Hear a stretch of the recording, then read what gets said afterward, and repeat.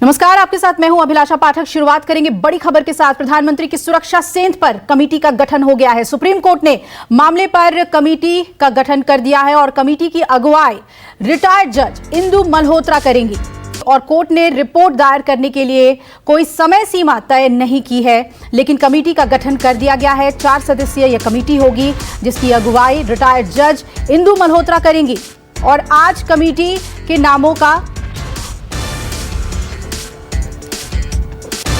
और आइए सीधा रुख कर लेते हैं। सुप्रीम कोर्ट में मौजूद हैं मेरे सहयोगी प्रभाकर मिश्रा। प्रभाकर, इस कमेटी की रूपरेखा क्या है और रिपोर्ट कब तक सौंपेगी? क्या बातें आज सुप्रीम कोर्ट के फैसले में? देखिए, सुप्रीम कोर्ट ने पिछले दिनों ही ये तय कर दिया था कि इस मामले में कमेटी बनेगी। कमेटी में कौन कौन होंगे ये भी कोर्ट ने बता दिया था। केवल ये बताना था कि कमेटी की अगुवाई कौन करेगा, चूंकि सुप्रीम कोर्ट ने कहा था कि सुप्रीम कोर्ट के रिटायर्ड जज करेंगे और जजों की सहमति लेने में 3 दिन समय लग गया था। उसके बाद आज सुप्रीम कोर्ट ने अपने आदेश में तय किया कि सुप्रीम कोर्ट के रिटायर्ड जज जस्टिस इंदु मल्होत्रा इस जाँच की निगरानी करेंगी। और उसके पहले ही कोर्ट ने तय कर दिया था कि चंडीगढ़ के DGP, Punjab and Haryana high court के रजिस्ट्रार जनरल इसमें शामिल होंगे, एनआईए के आईजी और आईबी के एडिशनल डीजी इसमें शामिल होंगे। तो ये कोर्ट ने सदस्यों को तो पहले बता दिया था, लेकिन सुप्रीम कोर्ट के कौन जज निगरानी करेंगे रिटायर्ड जज उसको बताना था, जो इंदु मल्होत्रा निगरानी करेंगी। कोर्ट ने एक बात और की, समय सीमा कोई तय नहीं किया है। कोर्ट ने कहा कि कमेटी यथाशीघ्र रिपोर्ट दायर करेगी, मतलब कोई समय सीमा तय नहीं है। एक बात और कोर्ट ने तय किया है, अपने आदेश में लिखा है कि ये कमेटी का जो काम होगा, टर्म ऑफ रेफरेंस क्या होगा, जांच किस दिशा में होगी, वो कोर्ट ने तय किया। कोर्ट ने कहा है कि ये कमेटी का काम होगा कि प्रधानमंत्री की सुरक्षा में चूक के लिए जिम्मेवार अधिकारी कौन हैं, किनकी कमी की वजह से ये चूक हुई है, उसकी पहचान की जाए और उसका वो तय किया जाए, उसकी भूमिका तय की जाए, उसकी लायबिलिटी फिक्स की जाए। तो ये सुप्रीम कोर्ट की कमेटी को ये तय करना है।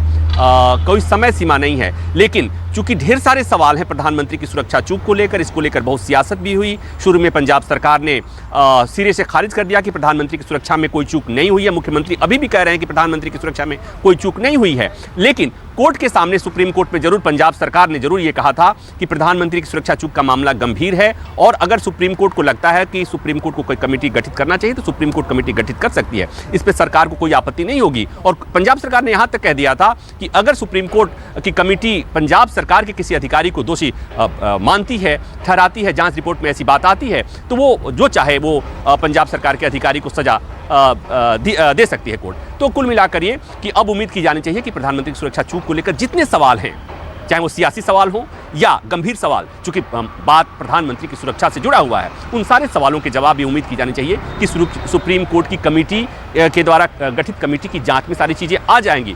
क्योंकि अब तक केंद्र सरकार भी जांच कर रही थी, राज्य सरकार भी जांच कर रही थी, दोनों को एक दूसरे की कमेटी पर भरोसा नहीं था, क्योंकि केंद्र में दूसरी पार्टी की सरकार है, राज्य में दूसरी पार्टी की सरकार है, तो सियासत हो रही थी। और सुप्रीम कोर्ट के इस आदेश से और इस कमेटी से उम्मीद की जानी चाहिए कि सियासत पर भी विराम लग जाएगा। जी बिल्कुल प्रभाकर, और क्योंकि पंजाब सरकार की तरफ से वकीलों ने ये आवाज़ उठाई थी कि भैया आप कमेटी का गठन कीजिए, ये जानना चाहेंगे आपसे कि केंद्र सरकार की तरफ से इस पर क्या प्रतिक्रिया थी? क्या कमेटी के गठन पर जो है दोनों तरफ से सहमति देखने को मिली?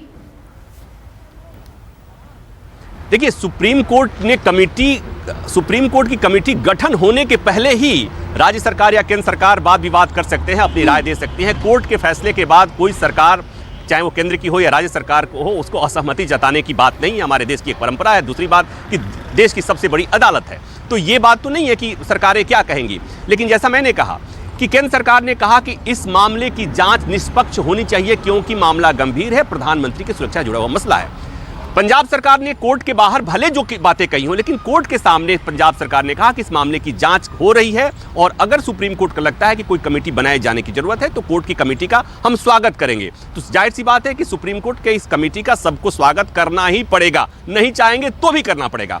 और पंजाब सरकार ने भी कह दिया कि ये जो उस पर आरोप लग रहे हैं कि हमारी चूक है या पहले ही केंद्र सरकार, चूंकि केंद्र सरकार ने पंजाब सरकार के अधिकारी को, डीजीपी को समन जारी कर दिया था, जिसको लेकर के पंजाब सरकार ने कहा कि ऐसा लगता है कि पंजाब सरकार केंद्र सरकार ने राज्य सरकार को दोषी मान चुकी है पहले से। इस पर सुप्रीम कोर्ट ने भी ऐतराज जताया था कि बिना जांच किए हुए केंद्र सरकार कैसे राज्य सरकार के अधिकारी को समन जारी कर सकती है। ऐसा लग रहा है कि केंद्र सरकार पहले ही ऐसा माइंड मेकअप कर चुकी है कि दोषी कौन है, उसको सजा क्या देनी है। तो अब ये सारी चीजें चीज़ों पर विराम लग गया है।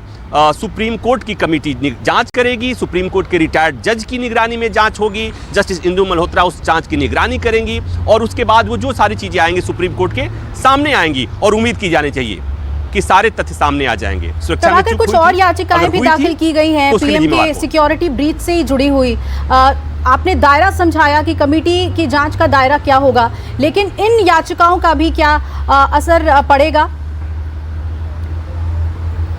देखिए, एक सुप्रीम कोर्ट ने जब फैसला सुरक्षित कर लिया था उसके बाद एक याचिका और आई थी जिसमें मांग किया गया था कि राज्य सरकार के खिलाफ कार्रवाई की जाए। उसमें मुख्यमंत्री को भी पार्टी बनाया गया था, लेकिन वो याचिका बाद में आई है, उस पर अभी कोर्ट में कोई चर्चा नहीं है और मुझे नहीं लगता है कि सुप्रीम कोर्ट अब उस याचिका को एंटरटेन करने जा रहा है या उस पर कोई तवज्जो देने जा रहा है, क्योंकि जांच की मांग हो रही थी। सुप्रीम कोर्ट में जांच की मांग हुई थी, सुप्रीम कोर्ट ने इसे संज्ञान लिया था, सुप्रीम कोर्ट में विस्तृत सुनवाई हुई, केंद्र सरकार का पक्ष सुना गया, राज्य सरकार का पक्ष सुना गया। इस मामले में जो प्रमुख पक्षकार थे उनकी बातें सारी सुनने के बाद सुप्रीम कोर्ट ने फैसला दिया है।